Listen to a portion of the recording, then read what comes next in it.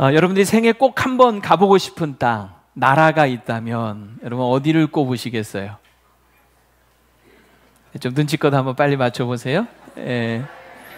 이스라엘. 물론 뭐 사람마다 다 생각이 다르겠지만 그래도 우리가 그리스도인이라면 꼭 그래도 한번 가보고 싶은 땅이 있다면 아마 이스라엘이지 않을까 하는 생각이 듭니다. 왜 그렇습니까? 이스라엘은 구약과 신약, 성경의 땅, 성경의 무대가 되고 배경이 되는 그런 땅이죠. 저는 감사하게도 2008년도에 이집트를 비롯해서 이스라엘, 또 요르단, 그리고 터키까지 이렇게 4개국을 한 2주 정도 이렇게 다녀올 수가 있었는데요. 역시 가서 보니 참 좋더라 하는 생각이 듭니다. 백문이 불여일견이다. 그 말이 정말 틀리지 않죠. 성경에서 책으로만 늘 보던 곳을 직접 가서 눈으로 보니까 너무 생생한 거죠. 그곳에 가서 경험하고 또 설명을 들을 때 성경을 보는 눈이 달라지고, 또 설교를 할 때도 그냥 이렇게 뭐 하는 것이 아니라, 예를 들면 엘리야가 갈멜산에서 비가 오지 않는 그 가뭄에 비가 오기를 간절히 그 두 무릎 사이에 머리를 집어넣고 7번 기도하지 않습니까? 그 갈멜산 위에서. 그런 거 설교할 때 저는 당당하게 말할 수 있죠. 제가 가봤는데요, 이러면서. 그래서 사진도 하나 탁 보여주면서 제가 찍은 사진인데요, 뭐 이러면서. 실제로 정말 이 갈멜산에 가보면, 꼭대기 이렇게 올라가 보면 저 멀리 지중해가 있고 보이고, 그 지중해 바다에서 이제 작은 손바닥만한 구름이 떠오른 거거든요. 그걸 보면서 하나님이 주실 큰 비를 확신을 했던 거 아니겠습니까? 그래서 여러분, 이 성경의 땅 가보는 것은 뭐 꼭 가야 된다라고 할 수는 없지만 기회가 되면 꼭 가보면 좋다. 꼭 가보실 수 있기를 바랍니다. 예. 근데 여러분, 이런 성경의 땅, 이 성지순례 이런 걸 갈 때 또 꼭 필요한 것이 있어요. 그게 뭐냐면, 그냥 아무런 준비 없이 사전 정보 없이 가면요, 별로 보이는 게 없어요. 그래서 그런 말이 있어요. 아는 만큼 보인다, 아는 만큼 들린다. 그런 말이 있는데요. 성경의 땅 가기 전에 사전에 먼저 충분히 가야 될 곳을 사전 오리엔테이션을 통하여서 충분히 정보를 연구를 하고 공부를 하고 가서 보면 훨씬 더 그 땅이 생생하게 다가오는 거죠. 아, 여기가 바로 그곳이구나. 아, 여기서 무슨 일이 있었지. 아, 여기가 어떤 것이구나 하면서 훨씬 더 깨달아지고 풍성한 그 은혜가 있는 것입니다. 자, 제가 왜 이런 얘기를 하냐면, 오늘 우리가 읽은 이 본문이요, 바로 가나안 땅에 대한 오리엔테이션이기 때문에 그래요. 누가 누구에게 하는 오리엔테이션이냐? 자, 누가 하는 걸까요? 모세가. 누구에게? 출애굽 2세대 이스라엘 백성에게 가나안 땅에 대해서 오리엔테이션, 설명하는 내용이 오늘 본문의 내용입니다. 이제 가나안 땅 이스라엘 백성들이 곧 들어가야 돼요. 40년 광야 생활 이제 끝이고 정말 꿈에도 그리던 가나안 땅에 들어가게 됩니다. 근데 여러분, 아무런 정보 없이 그냥 들어갈 수는 없는 거죠.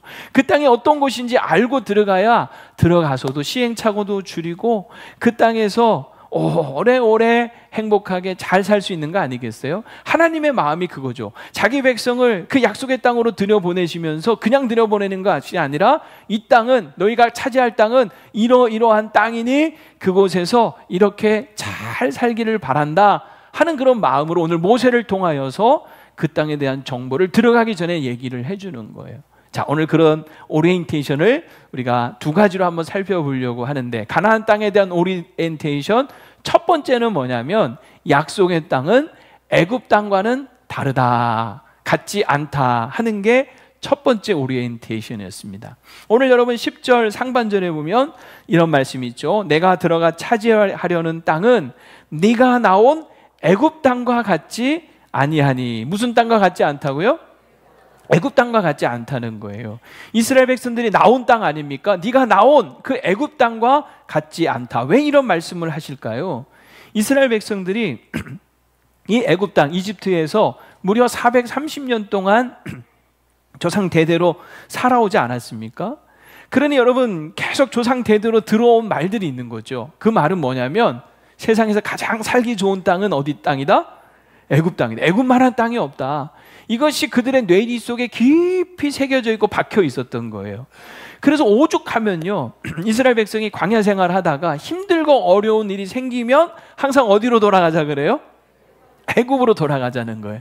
아니 지긋지긋하게 노예 생활했던 것 아닙니까? 하지만 노예 생활을 했기 때문에 그 땅이 힘들지 몰라도 그 땅 자체는 너무 좋다라고 생각을 한 거죠. 그래서 이들은 바람은 뭐였냐면 자신들이 이제 앞으로 들어갈 가나안 땅도 무슨 땅만 갖기를 바랬을까요? 애굽 땅과 같았으면 좋겠다 하는 그런 바람이 있지 않았겠어요? 근데 하나님께서 오리엔테이션 첫 번째 레슨 1 뭐라고요? 너희가 들어갈 땅은 애굽 땅과 같지 않다 하고 확실하게 선을 그어 주십니다. 꿈 깨라는 거죠. 여러분, 이 애굽 땅과 같지 않다 이 말은 왜 하나님께서 이스라엘 백성들에게 하시냐면 애굽식의 번영과 성공을 추구하지 말라 하는 그런 교훈이 있는 거예요. 자, 무슨 식? 애굽식, 애굽적인 번영과 성공을 기대하지 말라 하는 겁니다. 사실 우리가 다 이 땅을 살아가면서 다 우리 잘 되기를 바라고 번성하고 여러분 번영하고 성공하기를 바라시죠? 그렇죠? 우리 자녀들도 다 잘 되고 번성하고 성공하기를 바라시잖아요. 아닌가요?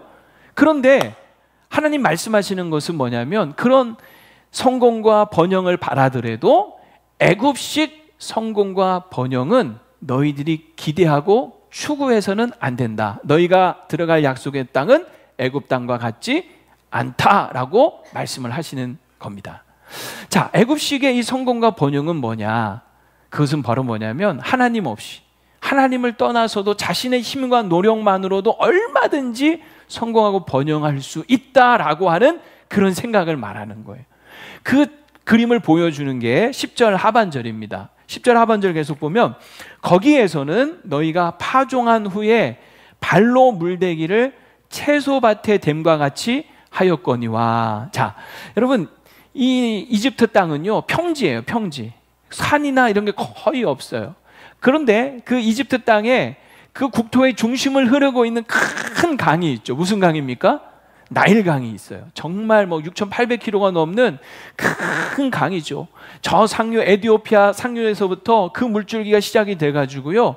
그 위에서 내려오는 태적토로 말미암아 이 나일강쯤에 이집트 이 땅쯤에 오면 아주 비옥한 이런 태적토가 쌓여서 거기서 농사를 지면 정말 풍성한 그런 수확을 거둘 수가 있었던 거예요. 그런데 이 나일강을 이제 각 채소밭 자기들이 심은 그 밭에 물을 대기 위해서는 어떻게 해야 되느냐? 관계수로를 파서 물기를 내고 그리고 또 그 물을 자신의 채소밭에 이렇게 옮기기 위해서는요 어떤 일을 했냐면 발로 채소밭에 물을 댐과 같이 했다라고 하는데 이집트 무덤에 있는 벽화 같은 데 자주 등장하는 그림 하나를 좀 보여드리도록 하겠습니다. 자, 왼쪽에 있는 게 그림이고 오른쪽에 있는 건 상상으로 다시 한번 이렇게 그림을 묘사를 해본 건데요. 저기 보면 양동이가 있죠. 그리고 지렛대를 원리를 이용을 해서 그 물을 자기 밭에 대는 거예요. 그런데 저기에는 이렇게 묘사가 안 돼 있습니다만은 저 지렛대를 물을 퍼서 들을 때 뭘로 할까요? 무슨 힘으로 할까요? 발로 밟는 거예요. 발로 밟아서 그 물을 이렇게 퍼서 옮겨서 물을 대는 거죠. 발로 물대기를 채소밭에 댐과 같이 한다 하는 게 바로 이런 표현이라고 보시면 되겠습니다.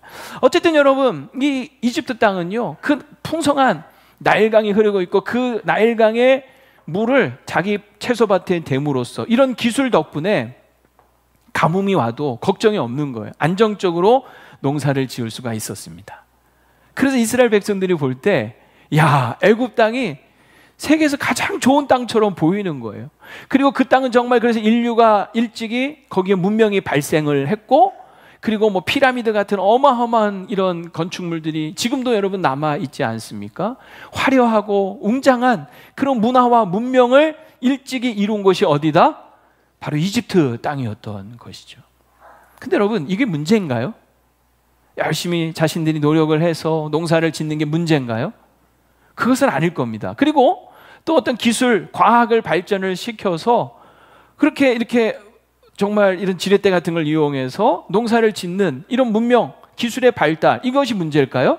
이것도 결코 문제가 아니죠. 오히려 하나님께서는 우리에게 지혜와 지식을 주셔서 이 땅을 정복하고 다스리라 하는 문화적 명령을 하시지 않았습니까?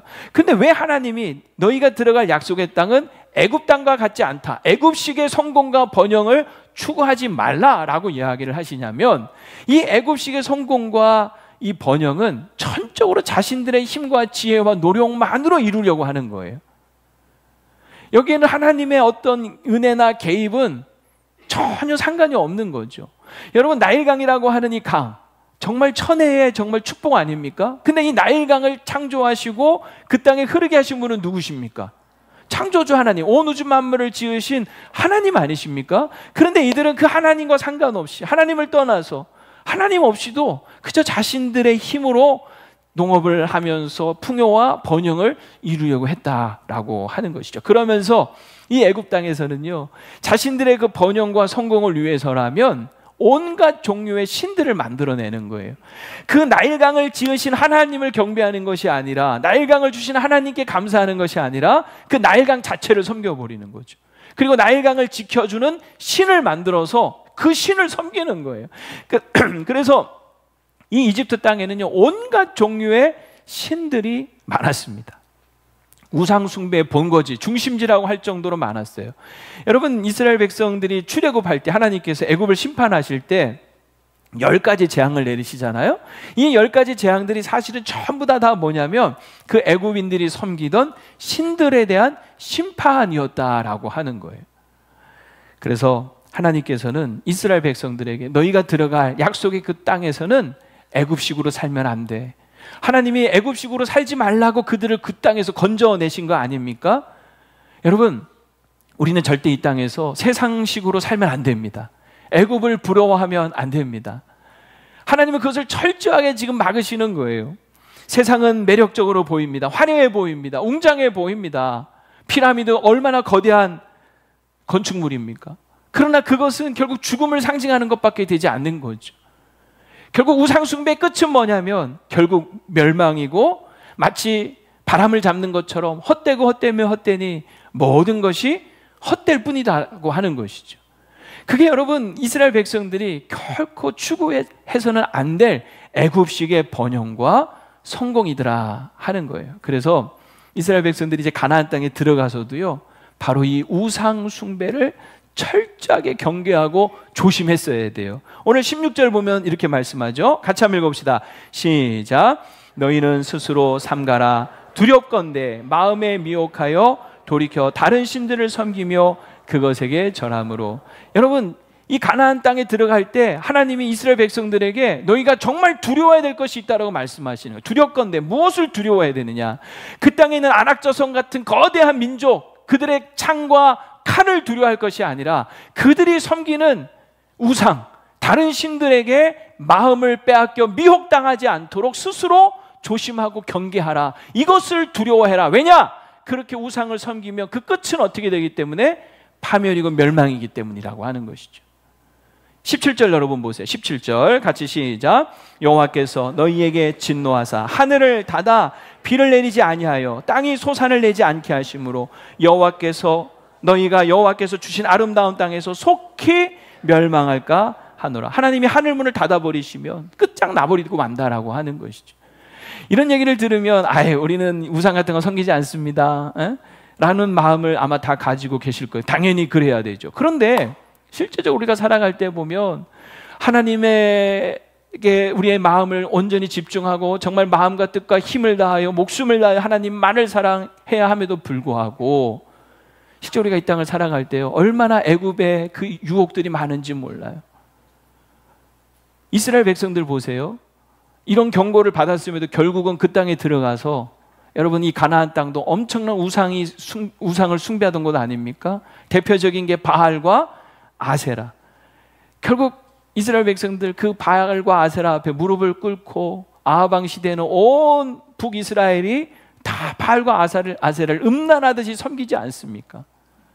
여러분, 오늘 우리가 그럴 수도 있다는 거예요. 하나님의 구원의 은혜를 그렇게 경험하고 이스라엘 백성들 그 출애굽 가정 속에 얼마나 놀라운 은혜와 능력을 경험했습니까? 그럼에도 불구하고 가나안 땅에 들어가서 결국은 풍요와 다산을 주는, 세상에 부귀와 영화를 주겠다고 하니까 홀라당 마음을 빼앗겨서 미혹당하여 바알과 아세라 앞에 무릎을 꿇어버리고 말잖아요.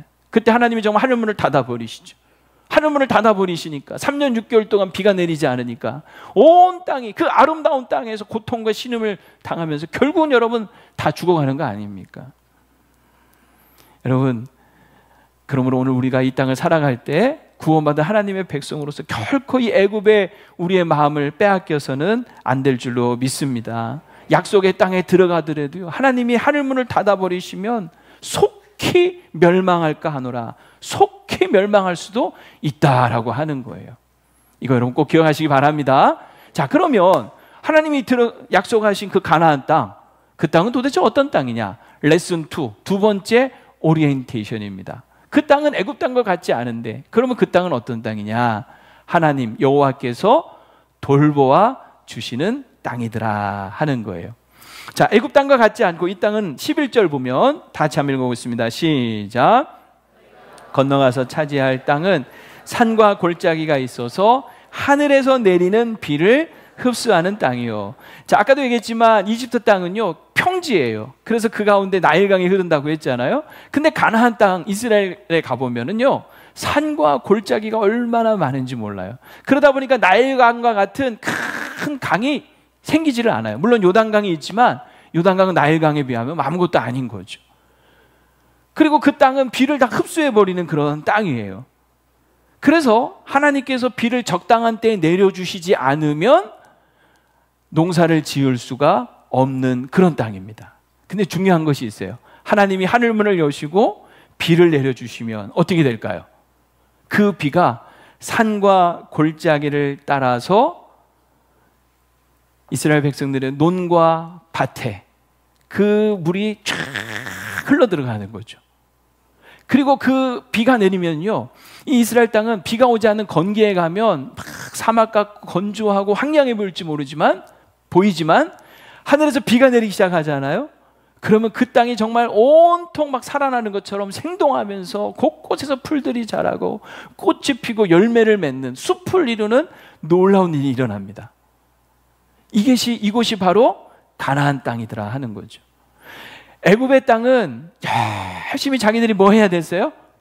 물을 대려면 발로 열심히 수고를 해야만 했어요. 하지만 가나안 땅은요, 하늘에서 비가 내리기만 하면 되는 거예요. 비가 내리면 그 산과 골짜기를 따라서 채소밭에 온통 물들이 흘러 들어가서 막 살아나기 시작하더라 하는 거죠. 그래서 이 가나안 땅이 약속의 땅인 중요한 근거, 하나님이 약속하신 아름다운 땅인 중요한 근거는 하늘에서 내리는 비에 달려있는 거예요. 비. 하나님께서 하늘문을 여시고 비를 내려주시면 세상도 감당할 수 없는 어마어마한 번영과 성공을 이룰 수가 있는 거죠. 여러분, 하나님은 오늘 우리가 이 땅에서 잘 되고 번성하고 성공하고 번영하기를 바라십니다. 기분 나쁘십니까? 네. 그게 하나님 마음이에요. 저는 그거 분명히 믿습니다. 하나님의 마음은 우리가 이 땅에서 정말 번성하고 성공하고 잘 되기를 바라시는 거예요.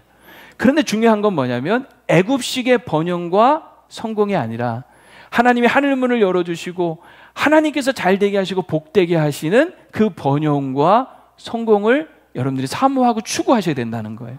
하나님 하늘문을 열어주시옵소서. 하나님 하늘문을 열어주시옵소서. 하나님이 정말 하늘문을 열어주시면요 그 메마른 땅이 다 막 살아나는 거예요. 이 은혜를 여러분 사모하며 구하라는 거죠. 여러분 이스라엘 백성들, 여러분 믿음의 조상이라고 하는 아브라함과 이삭, 야곱, 그리고 또 여러분 요셉까지 한번 살펴보십시오. 정말 그들은 하나님이 하늘문을 열어주 그들에게 복을 주시자 얼마나 여러분 부유하고 강성하고 잘 됐습니까? 아브라함 모든 것을 다 버리고 하나님의 부르심 앞에 본토 친척 아비집 다 버리고 약속의 땅을 향하여 가나안에 들어오지 않았습니까? 정말 여러분 혈혈단신으로 왔잖아요. 그런데 그가 정말 하나님을 경외하며 가는 곳마다 제단을 쌓고 예배하며 자신의 욕심과 욕망을 따라 사는 것이 아니라 오직 하나님을 경외하며 살아갈 때 하나님께서 네 동서 남북을 바라봐라. 네가 보이는 모든 땅을 내가 너에게 주리라. 여러분 그 약속대로 하나님께서 정말 이 아브라함에게 복을 주실 때 어마어마한 거부가 되지 않습니까? 사람들이 다 존경하지 않습니까? 그 땅에 있는 모든 사람들이 아브라함을 족장으로 여기고 존경하죠. 그의 아들 이삭을 보십시오. 이삭도 마찬가지예요.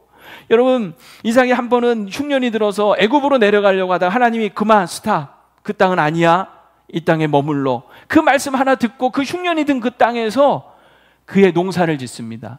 이삭은 농사 전문가도 아니에요. 목축이 전문이죠. 그런데 그 땅에서 그 해에, 즉 흉년이 든 그 땅에서 흉년이 든 그 해에 농사를, 그것도 비전문가가 지었는데 여러분, 그 해에 100배나 거두게 됩니다.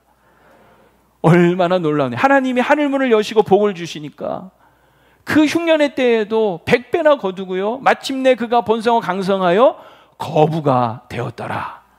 오늘 여러분, 이런 은혜가 여러분에게 있기를 축복합니다. 얼마나 좋아요. 여러분, 그의 아들 야곱도 보세요. 야곱, 형 삼촌 라반의, 형 에서의 칼을 피하여 삼촌 라반의 집으로 도망칠 때 정말 빈손으로 도망치잖아요. 그런데 20년 뒤에 여러분, 그가 돌아올 때는 어떻게 돌아옵니까?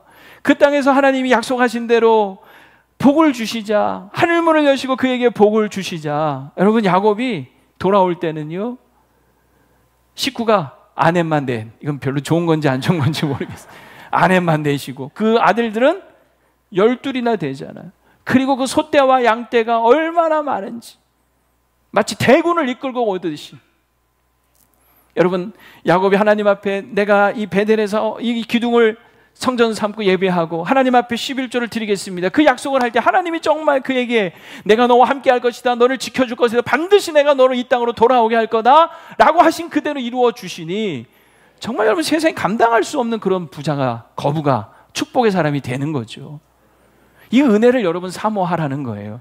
우리에게 필요한 것은 애굽식의 그런 번영과 번성이 아니라 하나님이 정말 하늘문을 열어주심으로 복 주시고 은혜 주시는 이 삶을 우리가 정말 사모하고 추구해야 된다라고 하는 거죠.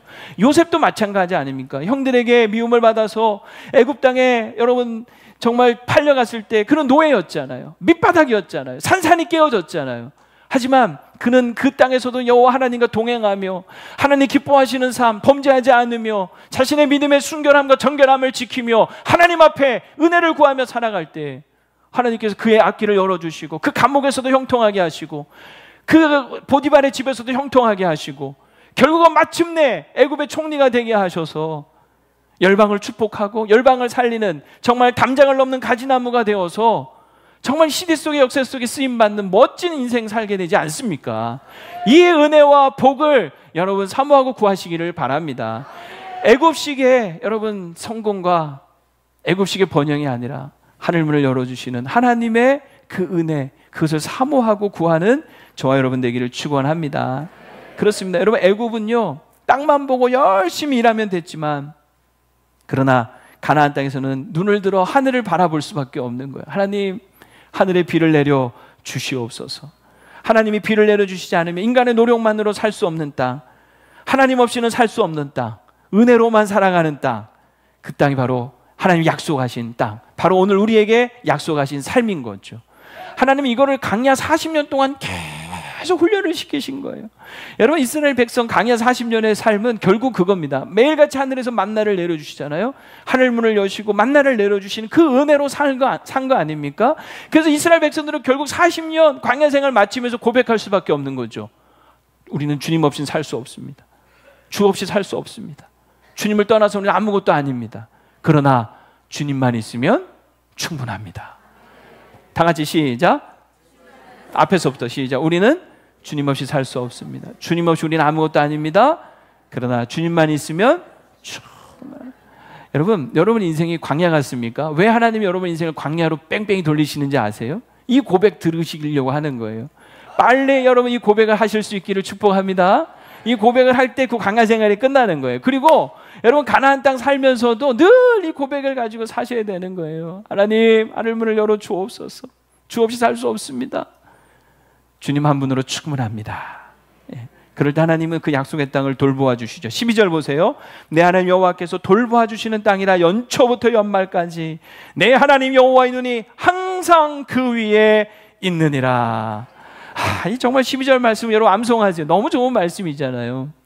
여러분, 이 약속의 땅이 애굽 땅과 비교도 할 수 없을 만큼 좋은 땅, 차별화된 것이 뭐냐면 애굽처럼 뭐 화려한 문화도 어떤 거대한 피라미드도 뭐 도시도 없지만 이 가나안 땅은 하나님 돌보아 주시는 땅이라는, 하나님의 눈이 항상 머무시는 그런 땅이라는 거예요. 그것이 여러분 이 약속의 땅이 애국과는 다른 너무나 비교도 할 수 없이 좋은 땅이라고 하는 것이죠. 그것도 연초부터 연말까지 1년 365일 24시간 하나님의 관심이 떠나지 않는, 사랑에 머무는, 항상 돌보아 주시는 그 은혜가 머무는 삶, 그게 저와 여러분의 삶인 거예요. 하나님 여러분을 애굽에서, 세상에서 구원해 내실 때요, 이 약속을 주신 거예요. 얘들아, 내가 너의 아버지다. 내가 너를 돌본다. 나는 너를 사랑한다. 내가 너를 돌보고 내 눈이 항상 너 위에 머물러 있을 거야. 네가 어디를 가든, 때로는 네가 한눈을 팔고 다른 짓을 해도 내 눈은 항상 너를 바라보고 있을 거야. 잊지 마. 이 말씀하신 거예요. 그게 오늘 우리가 약속받은 삶인 거예요. 여러분, 이게 얼마나 참 감사합니까? 하나님 우리를 돌보시는데요, 성경에 보면 예수님이 그런 말씀하시죠. 우리 머리털까지도 세신다 그랬어요. 이게 여러분 얼마나 은혜가 되는 말이에요. 제가 왜 하나님 우리를 돌보시는데 머리털까지 세신다고 하셨을까, 많이 묵상을 한번 해볼 때 이런 생각이 들더라고요. 솔직히 이 머리카락 하루에도 수없이 빠지고 뭐 다시 자라고 하잖아요. 이걸 어떻게 다 세고 계시지? 하나님 그렇게 할 일이 없으신가? 심심하신가? 여러분, 하나님이 정말 할 일 없으시겠습니까? 온 우주 만물을 통치하고 다스려야 되는데 얼마나 바쁘신 분이세요. 그럼에도 불구하고 우리 머리털까지 세시는 이유는 뭐냐면 그만큼 관심이 많으시다는 거예요. 우리조차도 때로는 이 머리털, 솔직히 여러분 크게 관심 없잖아요. 그런데 우리조차도 관심 없는 그 머리털 하나하나까지도 하나님은 관심을 두실 만큼 우리를 아끼고 사랑하신다는 증거인 거죠. 사실 저는 좀 이렇게 머리가 뒤에가 좀 많이 비어서 머리털에 좀 관심이 많아요, 저 개인적으로. 그래서 이제 이게 자꾸 이렇게 강단에 올라올 때마다 카메라 잡힌 이 뒷모습이 허해가지고, 이거 어떡하지? 이제 하는데, 제 고민을 알고 우리 이상덕 선교사님이 자기가 이 탈모약을 먹어봤더니 너무 좋다, 목사님 한번 드셔보시라고 좀 줬어요. 그래서 제가 한 지금 2, 3개월 먹었거든요. 근데 이게 먹었더니 정말 머리가 막 나기 시작을 하는 거예요. 막 여기 그 잔털도 막 생기고, 이 뒷머리도 머리가 좀 이렇게 검해지고, 그래서 신기하다, 정말 이 약효가 있나 보다, 너무너무 좋아하는데 저한테 아무도 관심 없어요, 여러분들.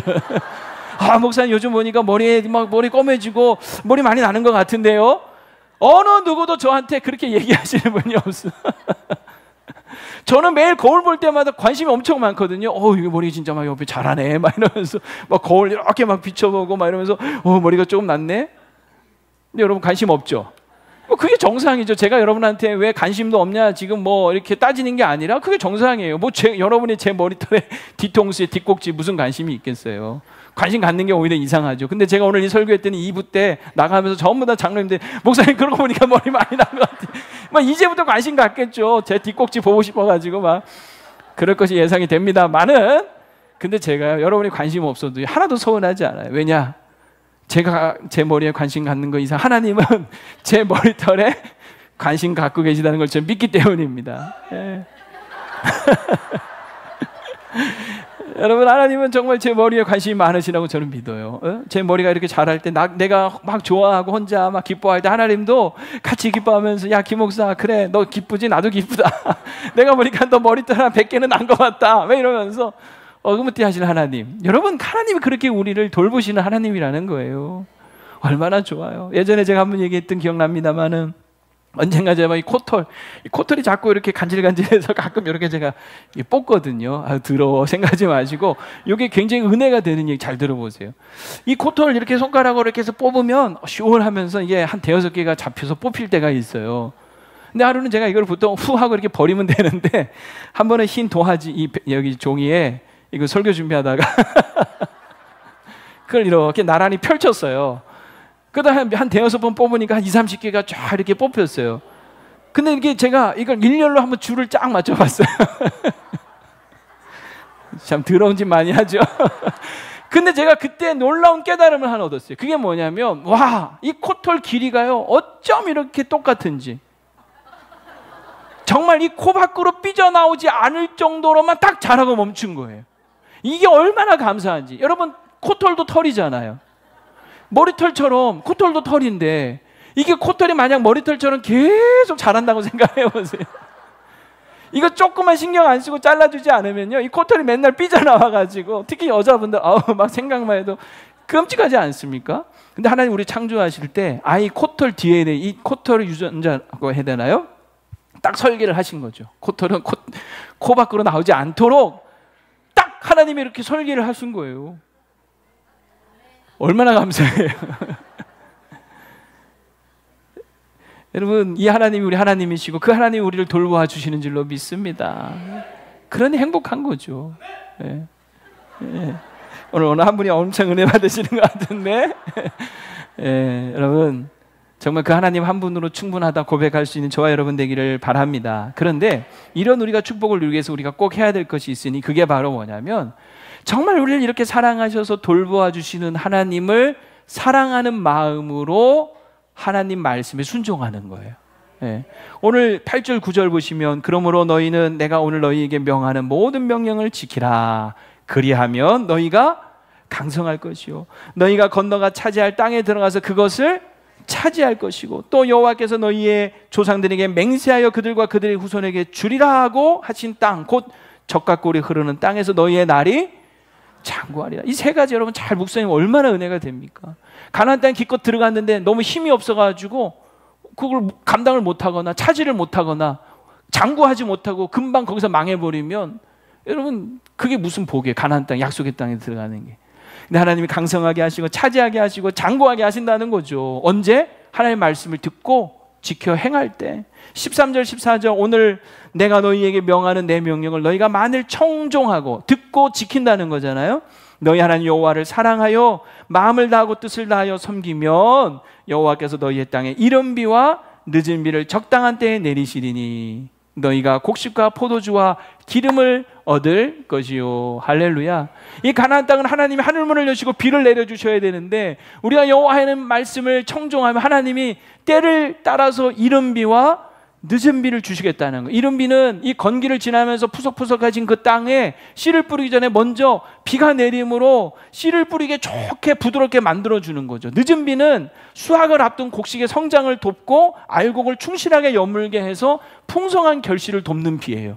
근데 하나님이 이 비를 적당한 때에 너무 늦지도 않게, 너무 빠르지도 않게, 너무 많지도 않게, 너무 부족하지도 않게 적당하게 내려주신다는 거예요. 그래서 그 약속의 땅이 젖과 꿀이 흐르는 땅이 되는 거예요.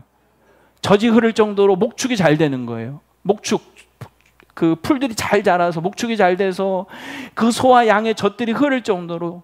그리고 꿀이 흐른다는 것은 그 땅이 얼마나 기름진지 그 땅에 벌들이 막 날아다니면서 꿀이 생기고, 또 뿐만 아니라 거기 대추야자 이런 거는 막 꿀덩어리 정말 꿀이 뚝뚝뚝뚝 떨어져요.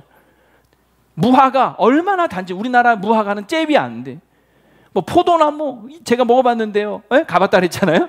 얼마나 단지 몰라요. 막 꿀이 정말 꿀 같아요. 그런 땅이 된다는 거죠. 여러분, 하나님은 저와 여러분을 그렇게 축복하기를 원하십니다. 여러분의 인생이 젖과 꿀이 흐르기를 원하십니다. 얼마나 하나님은 좋으신 분인지 몰라요. 그런데 이 젖과 꿀이 흐르는 이 삶을 우리가 살기 위해서 우리에게 필요한 것이 하나님 말씀을 듣고 지켜 행하는 거예요. 사실 말씀이 젖과 꿀 아닙니까? 베드로전서 2장 2절에 보면 갓난 아기들 같이 순전하고 신령한 젖을 삼아, 이 젖이 바로 하나님 말씀이에요. 이것이 너로 말미암아 구원에 이르도록 자라게 한다. 시편 19편 10절에 금고 많은 순금보다 더 사모할 것이며 꿀과 송이꿀보다 더 달도다. 하나님의 말씀에 대한 표현이거든요.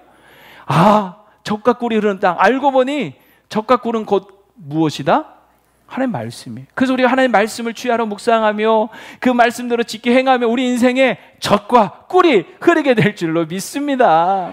그래서 여러분 바쁘고 힘들어도요, 큐티 하시고 말씀 묵상하시고 목장에서 나누시고 가정에서 예배하면서 나누시고 꼭 그렇게 하시기 바랍니다. 말씀 우리 인생의 사용 설명서고요, 우리 신앙생활의 지침서와 같은 거예요. 여러분 핸드폰 새로 샀다고 쳐보세요. 얼마나 좋아요. 와, 신형 핸드폰 샀어요. 기능이 얼마나 다양합니까? 와, 이 비싼 거. 근데 여러분 이거 매뉴얼 안 보고 이 사용법 모르면요, 맨날 하는 거 뭐밖에 없어요? 전화하고 카톡 정도 하고. 여러분 얼마나 많은 다양한 기능이 있는데 이거 매뉴얼 제대로 안 보면 그냥 제대로 못 쓰는 거죠. 우리 인생 가장 잘 되게 하시기 원하시는 분이 하나님이시고 우리 생각을 가장 잘 하시는 분이 하나님이신데 그 하나님이 우리를 잘 되게 하기 위하여 쓰신 말씀이 성경 아닙니까?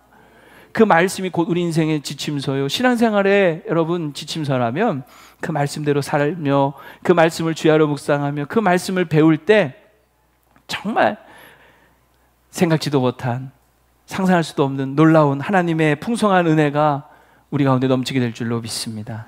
젖과 꿀이 흐르는 삶이 될 줄로 믿습니다.